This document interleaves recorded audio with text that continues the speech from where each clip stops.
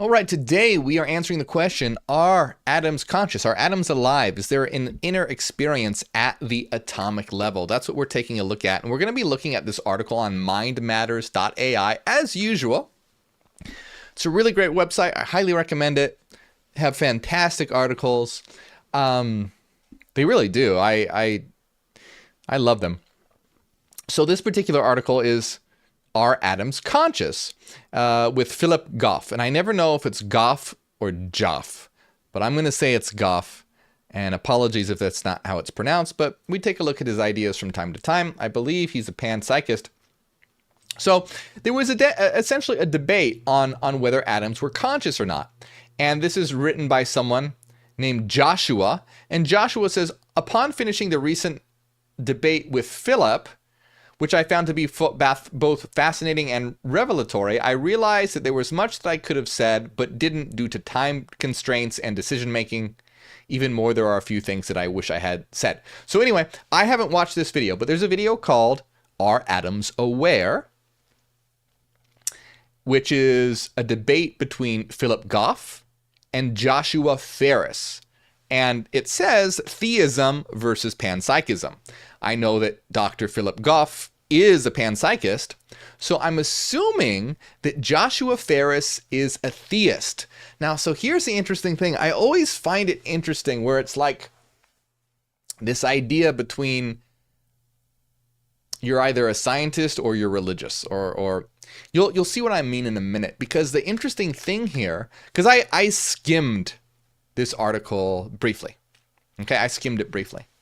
The interesting thing here is that from what I skimmed briefly, when we read it more in depth and my opinion changes, I'll let you know. But from skimming it briefly, from what he wrote, I agree with a lot of what the theist says, rather than the panpsychist, who is a non-theist, which is really interesting. So I'll explain why. So Philip said, this is Joshua, who is the theist, says, so basically there's this video, which I haven't watched. It's like an hour long. It's a debate between these two. It's probably fascinating. But anyway, Joshua, this article is basically Joshua being like, oh man, I wish I would have said this. So these are the things that Joshua wished that he would have said in this debate. And for those who don't know, panpsychism is the idea that all matter has an internal aspect to it. So this is the notion that particles can have like an internal consciousness, or rather, to be more precise, an internal sentience. So the idea that all matter has an internal inner aspect to it. Now, it's important to realize that that is not our position. If someone is new to neogenianism and new to meta-rationalism and our way of thinking about reality, some might think, oh yeah, that's like neogenianism. But no, actually it's not. So our position is not that all matter has an inner experience. It's that reality is completely mental and material reality is a particular expression of the mental realm. So our position is idealism, not panpsychism. Idealism says everything is the mind. Matter is an illusion generated by the mind. Panpsychism doesn't say that. Panpsychism says matter exists, but it has an inner aspect to it. Very important difference. Very important difference. One, in our system, mind is fundamental and primary and can give rise to the illusion of a material world. Not the case with panpsychism. Panpsychism is, in general, a naturalist theory saying that all that exists is the natural world. However, it so happens that the natural world has an internal experience. This is a different from materialism, where materialism says everything is the natural world and does not intrinsically have an inner experience, which is a crazy position to have. Makes no logical sense whatsoever, because we clearly have an inner experience and it can't just poof come from some kind of emergent property from nothing that contains that property itself. So anyway, let's take a look at what he says.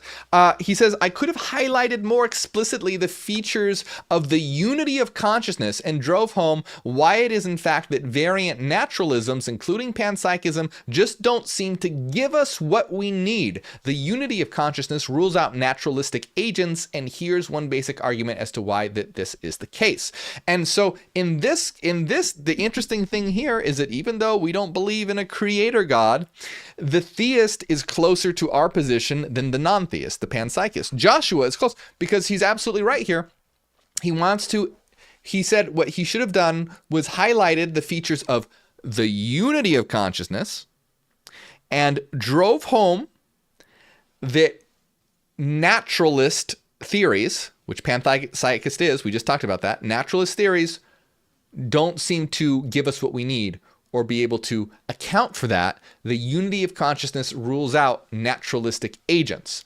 Okay, so he's criticizing the idea of naturalism, that is the idea that only the material world exists, even if it has an inner experience. And he's using the fact of the unity of consciousness as evidence for his case. So this is real, and I'm going to show you why I agree with him. Which is interesting because he is a theist, clearly a very intelligent theist. Granted, I don't know anything about him and I haven't watched this video, but just from this, it seems like he's pretty smart. So, let's see. So he says, he gives a list of arguments. 1, I am aware of my field of consciousness and the components of it as a singular subject all at once. So what he means by this is there is a unity of consciousness, or what Kant calls unity of apperception. There is a unity of consciousness. What that means is, he says, my field of consciousness, I'm aware of my field of consciousness and the components of it as a singular subject all at once. So that means, like right now, you are having a unified experience. Even though your experiences might be varied, right? There might be different components to your experience.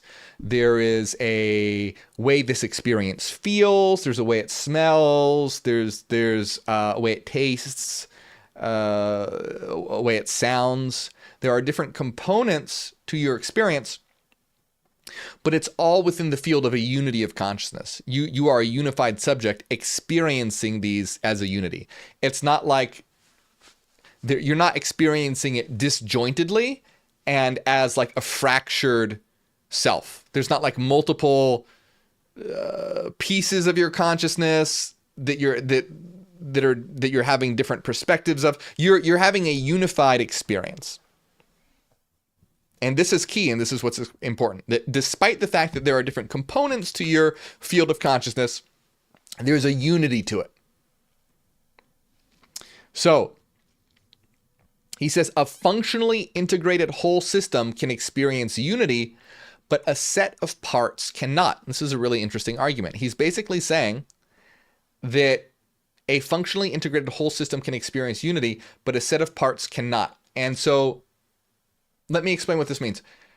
He says that, let me continue a little bit. He says, therefore, my conscious items are an integrated whole rather than a set of parts. That is, atomism is false. So basically what he's saying here is that to be able to have a singular unified subjective experience must have as its intrinsic property as what it is as an integrated whole, not a set of parts. So let's relate this over to our concept of zetas. So according to us, according to the neogenian system, all of us are beings of eternal frequencies. We are zetas. And each one of us is a whole.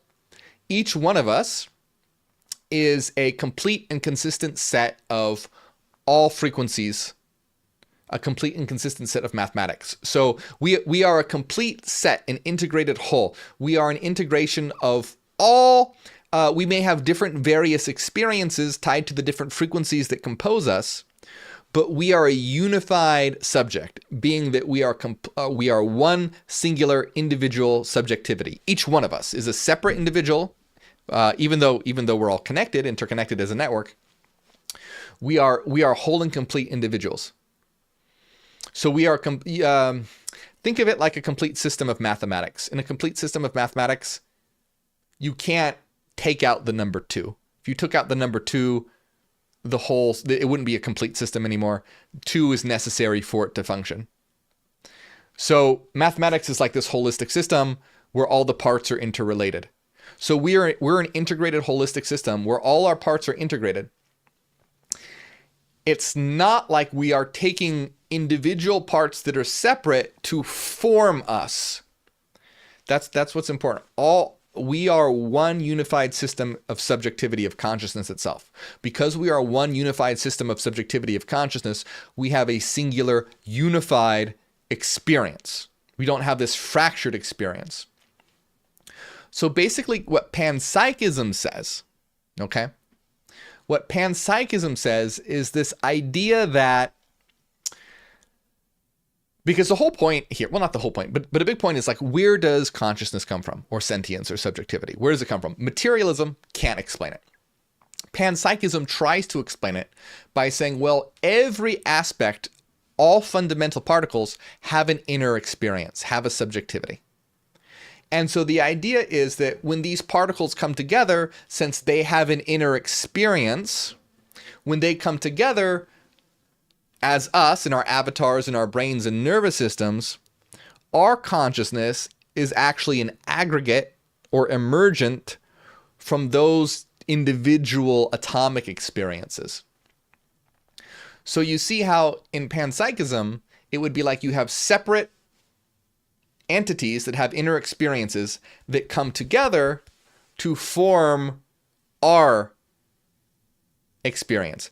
And what Joshua is arguing here is that a set of parts, like atoms with inner experiences, can't give rise to a system of a unified experience, because we experience existence not as a multiplicity of atomic experiences that are separate. We experience it as an integrated whole. So even though you're having a variety of experiences, it's experienced as an integrated whole.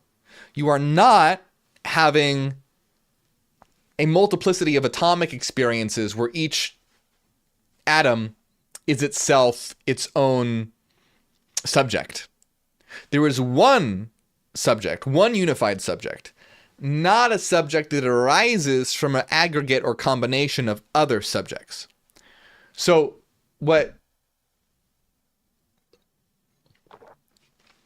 and this is a problem that panpsychism faces. Panpsychism says everything has an inner experience, but it doesn't answer how an aggregate of these inner experiences can give rise to a united consciousness, a unified experience. How does a multiplicity of separate experiences give rise to an experience of a singular unified consciousness? That's the question that panpsychism has a very difficult time answering. So Joshua says that, well, therefore, my conscious items are an integrated whole rather than a set of parts. So Joshua continues by saying the brain, nervous system, and body are not more than a set of physical parts arranged. Therefore, the brain, nervous system, and body lack the capacity to function as a whole. It must function as a system of parts. Hence, the subject, the self, is not one of these physical things or the parts composing them. The subject is something relevantly different, like a soul, an immaterial substance, a mental substance. Therefore, the subject is a soul or contains the soul as a part. So what he's essentially arguing here, and this is a very, very good point that he is making, is that we have a unified experience, and this is not an aggregate or a collection of things. It doesn't come from parts. It doesn't come from the various body parts. It doesn't come from even the various inner aspect that these parts may have. The self is not one of these physical things or parts composing them, even if they have an inner experience.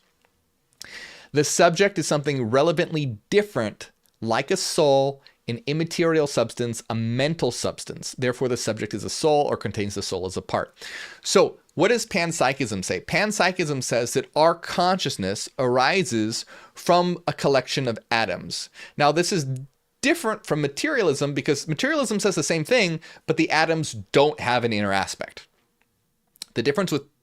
So both materialism and panpsychism say that our consciousness arises from a collection of atoms arranged in a particular way. Materialism, there is no inner aspect. Panpsychism, there is an inner aspect. So because there is an inner aspect, panpsychism argues, well, that's where our consciousness comes from. So you see, in panpsychism, your consciousness is still related to your brain. It's just that the argument is that the atoms that form your brain have an inner experience, and that inner experience is what gives rise to your inner experience. Joshua is saying, no, that can't be the case because we have a unified experience, not a fractured experience of parts. And so what he is saying is that your subjectivity, your consciousness, your sentience is not due to your brain or atoms or any material process, even if they have an inner aspect, but something entirely different, such as the soul, which is an immaterial substance or a mental substance. And this is exactly our position. But we define a soul as a zeta, which is a collection of eternal and infinite frequency patterns, a holistic collection, not an aggregate of parts, but a holistic collection. And so this is our position, that the soul is the zeta. The zeta is something different than the body. Your subjectivity is because you are an eternal subject, you are an eternal zeta. That's your subjectivity, not because your brain produces it. Your brain allows you as a zeta to link or interface with the body, to use it as a vehicle to interact in the localized domain here, in the holos. So big difference and important difference. The soul, the mind, a zeta, is its own individual entity, not related to the atomic structure of the brain. It uses the structure of the brain to interface with, but it doesn't give rise to it. So think of it like a VR headset. You put the VR headset on to see the physical world. The VR headset doesn't generate your subjectivity. The VR headset doesn't create your consciousness. The VR headset allows you to experience a particular mode of existence when you interface with it. Your brain, likewise, does not generate your physical reality. Or I'm sorry, it does not generate your consciousness. Your brain does not generate your consciousness. Rather, what you are is a soul or a zeta that interfaces with the brain like a VR headset to interact with the localized domain of the holos, or the space-time domain that we experience as physical. So very interesting here that Joshua here is a theist. Philip is a panpsychist. In this point, I absolutely agree with the theist. Now, I don't know his other beliefs. I mean, he apparently believes in a theistic God, if he's a theist, which I do not.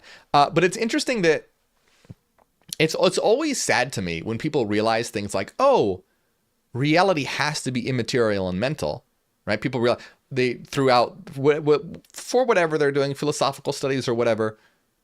Oh, reality must be mental and non-physical. Therefore, a theistic God must exist. That leap is so strange to me when people go, oh, it turns out reality isn't physical. It's metaphysical. Well, God exists, and that it's such a leap, and it's always astounding to me that you have very intelligent people like the neurosurgeon Michael Egnor, who through his work in neurosurgery realized that same thing. There's a unity of consciousness. It's not a fractured consciousness due with his experience in neurology and neuroscience, understanding split brain surgery. We've talked about that before. He ended up realizing that consciousness is unity. It's beyond the brain. It's more than what the brain can account for. So that this is an immaterial reality. but then he went, oh, well, then God exists, and he's, I think he's Christian now. Something like that. I'm sure he has a much more, I would hope he has a much, higher interpretation of that, but it's always astounding to me that leap that's made, because it's a very big logical leap. One doesn't need to make that leap. Just because this is an immaterial reality does not mean that it's ipso facto a reality created by a God. And we know that this is our creation. This is our unconscious creation. We are eternal minds. We are Zetas. We are souls. And reality is the collection of all Zetas. Reality is the collection of all souls. So sure, we could say God exists, but God is us. God is what we are as a collective. And I don't think that is what this person would be saying, because that's not theism. That's not theism. That's an entirely different way of understanding existence. But anyway, let's see what else he says here. The basic features exhibited by our consciousness show that there is an objective unity of thought items, experiential items, character states, and other parts that render physicalism unlikely. Agreed. Again, arguing that our unity of consciousness shows that physicalism is unlikely. But there is more to say about this argument. Like a soul as a part that not only renders new features. Let me just see if there's anything else. Because there's kind of a long article. I want to see what is good to discuss here. The unity is more than the parts, coordinated, and more than a holistic arrangement. Of course, this is an open question. On Joff affirms something akin to a holistic arrangement of it underlying the parts. Let's see. Instead, the unity seems to be found in a point-like soul that stands underneath the bits in one's consciousness.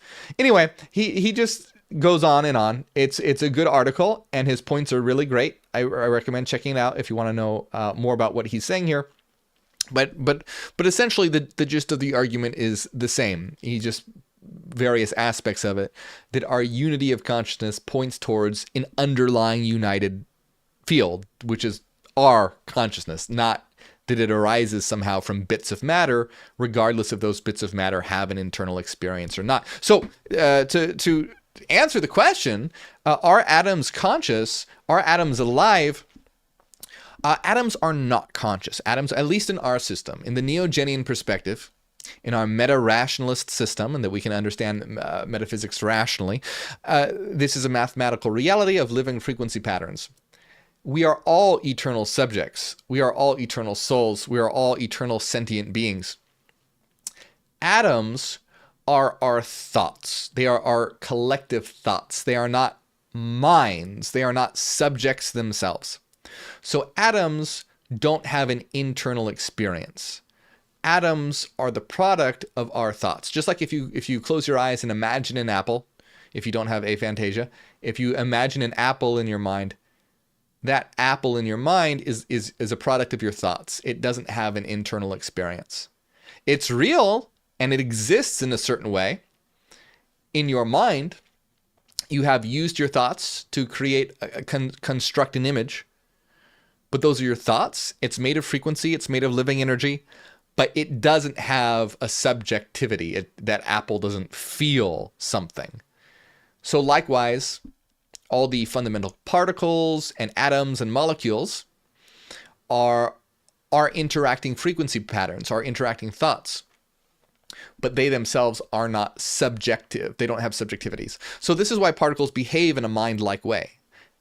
Particles behave in a mind-like way almost as though they have an inner experience, not because they themselves have an inner experience, because ultimately they're unconsciously guided by entities that do have an inner experience, us. Ultimately, all reality is guided by us. Every single particle in existence, from the tiniest quark to the grains of sand to the vast galaxies to the planets and solar systems, everything is guided by us.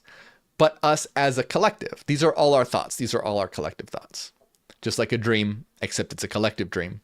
So everything around you, all the material, all the plants, let's not bring plants into it, but everything around you, rocks and objects and cups and chairs, they don't have inner experiences. But they are thoughts. They are mind. They're not minded. They aren't a mind themselves, but they are immaterial thought. So everything is thought, but that does not mean everything has an internal subjective aspect. We are the internal subjective aspects that ground reality. Let's see if there's anything else here that he says. Wow, this is really long. I didn't realize how long this was. Interesting. I would be interesting to know more about this individual. See, this is what interesting. So let's take a look at this. Joff claims that the principle of parsimony is on his side, but what he gives us is a minuscule in comparison to theism. I wouldn't agree that the principle of parsimony is on his side. I see that argument a lot. I disagree with this because this deals with Occam's razor and not to multiply entities unnecessarily, but this multiplication of entities is necessary. It's required for the explanation of a unified field of consciousness. Separate individuated parts, whether that can give rise to a unified field of consciousness or not, remains to be seen.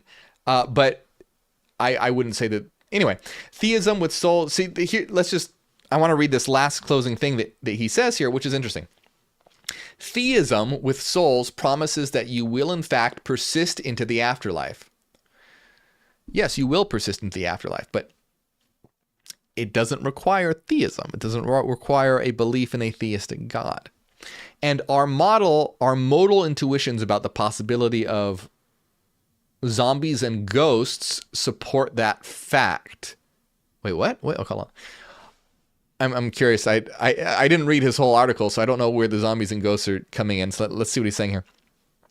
Our intuitions about the possibilities of zombies and ghosts supports the fact that I and you will exist apart from the bodies in the grave. He must have done a thought experiment some here with zombies and ghosts. Because... Here, let me do a search for zombies on this page to see. No, he only mentions zombies once, so he didn't. Okay. I'm not sure what he's talking about. It sounds like a thought experiment of some kind. Intuitions about the possibilities of zombies and ghosts. I'm assuming the idea that... I don't know where he's going with that. Sorry, Joshua. Maybe it's in the video. But anyway... Second, recent near-death experiences accounts suggest not just mere survival, but rather an afterlife. And that is true. Near-death experiences do support the idea that subjectivity persists after the collapse of the avatar.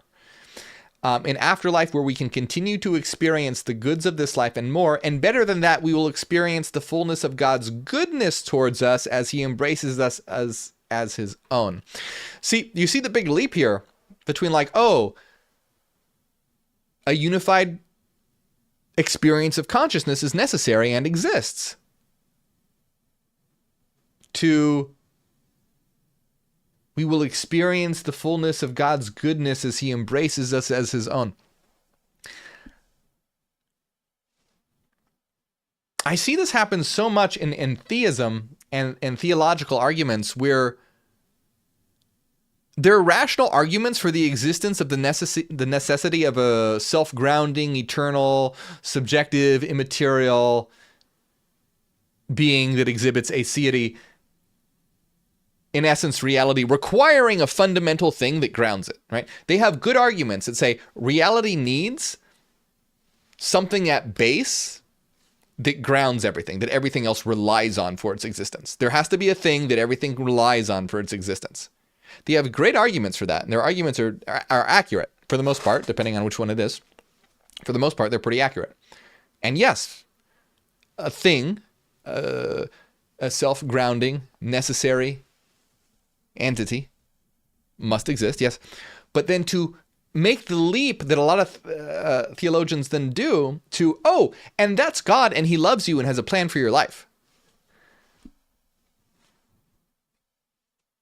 It's wild to me that very smart, rational people, because they have these great arguments, just go to like, oh yes, a necessary self-grounding being is required. And oh man, does he have a great plan for you in your life, and you can experience his goodness and love. It's like, whoa, whoa, whoa.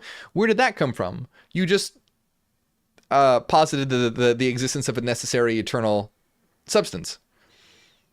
That could be an unfeeling immaterial force, like gravity. Not exactly like gravity, but you get what I mean? It could be just a force.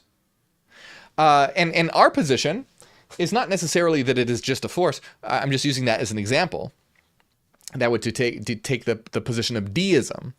Our position, of course, is that the self-grounding eternal aspect of existence is what we are as subjective collections of frequencies. In other words, all reality relies on frequency for its existence, and we are those frequencies that are eternal subjects that ground reality. And we have very good arguments for all this. There is no leap required to then go to like, oh yeah, and God loves you and sent his son to die for you on the cross. I don't know if Joshua believes that, but it seems like he might. Strange, you know, strange to me. But anyway, I like his thoughts on the unity of consciousness. I agree with that, and I think that in that case he is right, as opposed to Philip, who has a panpsychist view. Not a fan of panpsychism. You know, the more and more I hear about panpsychism, as in that like it gains popularity, I have such a mixed feeling about it, because in one sense it's good because it's not materialism, but in another sense it's just like materialism light. Because materialism says that all that exists is the natural world, and the mental aspect of it is an illusion. Panpsychism says all that exists is the natural world, and everything legitimately has an inner aspect to it. But it's still just the natural world. It's still just matter. It's still like materialism because there's only matter, but that matter has an inner aspect. So it's not materialism, it's panpsychism, but it's still a naturalist philosophy. In other words, only the natural world, only the physical world exists, even though that physical world has an inner aspect to it. I just, you know, it's good that things are moving more in the direction of acknowledging the necessity of mind. But man, it's just like materialists just can't loosen their grips on this idea of a material world. And it's going to take longer if everyone should just go from materialism to idealism, to the neogenian understanding that reality is mental. To go from materialism to panpsychism, it's like, oh my God, now, you know, it took long enough for people to realize that materialism was false. Most people don't. Most people still believe in materialism. But now if panpsychism takes off, it's going to be like, oh, how long is it going to take for people to realize that panpsychism doesn't, you know, explain everything? Clearly it does not. So hopefully people skip the panpsychist phase, or it goes by relatively fast, and we get to the neogenian idealist phase of meta-rationalism, where we understand that we are the necessary, eternal, mental, immaterial substance of existence that is responsible for all reality and all creation, and that we are God, we are the absolute, we are the self-grounding, eternal aspect of reality. Anyway, my friends, I hope you enjoyed this video. Hope you liked it. This was a members only video. I release one members only video to the public every month, so maybe you'll see this, maybe you won't. Thank you so much to everyone who supports here. I appreciate you so much. Thank you to Renaissance Fairy, Cassidy, Angela, the Halloween Mom, DB, Enki, Nusalina, Paul Rogers, Eric Fire, Massam, Christopher Smith, everyone else. Thank you very much.